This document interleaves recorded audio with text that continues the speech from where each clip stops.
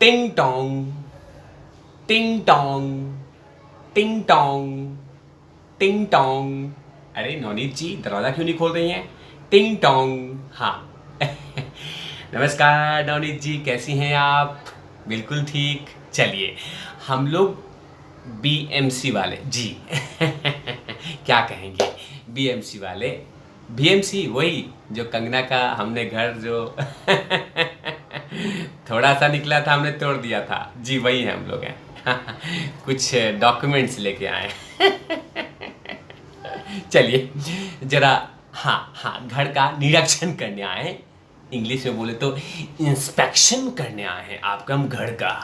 सुना है कि आपने घर में कुछ दरवाजे वरवाजे ज़्यादा लगा दिए हैं और दीवार और बाथरूम उथरूम ज़्यादा बना दिया है जी। हम उसी का टिक मारने आए हैं, चेक करने आए हैं। चलिए शुरुआत करते हैं किचन से।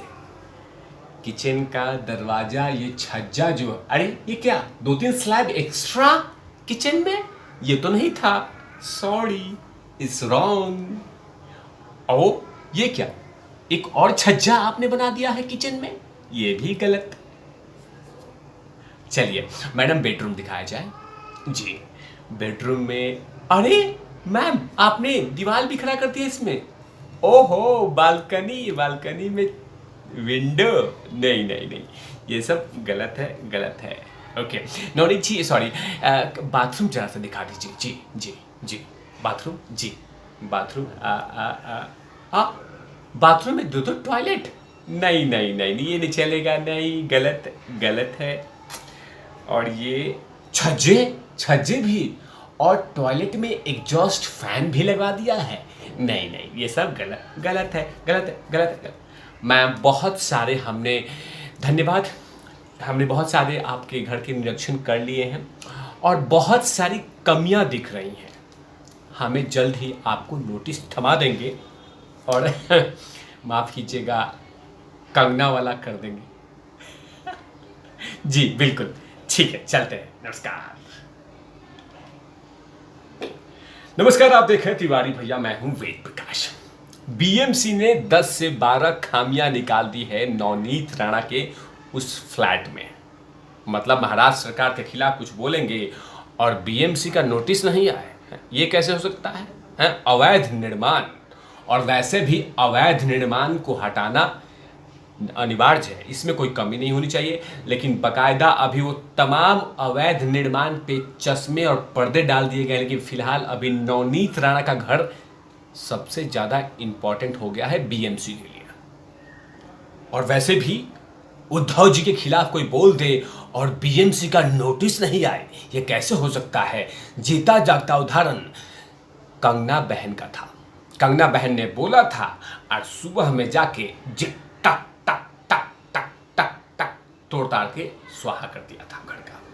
कंगना रनौत ने बकायदा कह दिया था कि उद्धव ठाकरे ये वक्त का पहिया है, याद रहे मैं सब कुछ बर्बाद कर दूंगी, इसके बाद भी कहा था। लेकिन अब नवनीत राणा को 4 मई के दिन बीएमसी का निरीक्षण हुआ, इंस्पेक्शन हुआ और बहुत सारी खामियां बीएमसी ने चिपका दी है नवनीत राणा के खिलाफ। क्योंकि लगातार नवनीत राणा जब से हॉस्पिटल से बाहर निकली हैं, उद्धव जी के बारे में खूब सारा कूट कूट कर, कोस कोस के जम कर धो रही हैं और कहीं पे भी कोई शांत होने का नाम नहीं ले रही है। जानती है कि भारतीय जनता पार्टी का साथ है और बकायदा देवेंद्र फडणवीस साहब और बड़े बड़े लीडर हमें समर्थन कर रहे हैं, तो मैं झुकूंगी क्यों? अब वो भी अमरावती के धरती से हूं। अगर उद्धव जी महाराष्ट्र की धरती से हैं तो मैं भी हम महाराष्ट्र की धरती से हूं, मेरे पति महाराष्ट्र की धरती से हैं, तो मैं डरूंगी क्यों? मैं डरने वालों में से नहीं हूं। और बकायदा उद्धव जी पे लगातार हमला बोल रही हैं, तो अब 4 मई के दिन, मतलब कुछ ही दिन पहले, बीएमसी ने बकायदा नोटिस थमा दिया है और बहुत सारी खामियां निकाल दिया है। लेकिन खामियां में क्या क्या कहा है बीएमसी, ये भी बेहद बतलाना होगा कि आखिरकार बीएमसी ने वो कौन से अवैध निर्माण जनता जनार्दन के सामने रख दिया है। तो बीएमसी ने बकायदा कह दिया है किराना दंपति ने शौचालय में बदलाव किया है। शौचालय में बदलाव, हे भगवान, क्या मतलब, क्या नवनीत जी, मतलब हद ही कर दिया। पूजा घर और किचन घर को एक साथ जोड़ के, मतलब क्या नवनीत जी, पूजा घर और कितनी बड़ी गुनाह किया आपने, मालूम है? गुनाह किया है, मैं समर्थन नहीं करूंगा आपको नवनीत जी। आगे में उन्होंने लिविंग रूम को, पूजा घर और किचन को एक साथ जोड़ा गया है और उसे लिविंग रूम में तब्दील कर दिया गया है। वाह मैम वाह, ये क्या तरीका है, आप सजा भुगतिए, जेसीबी आ रही है। लॉबी के हिस्से को फ्लैट के अंदर जोड़ दिया गया है, कितनी बड़ी गुनाह की है, छी छी छी छी छी छी छी। छत के हिस्से को बेडरूम से जोड़ा गया है। क्या मैडम, मतलब ऐसे करेंगी आप, बताइए, भुगतिए।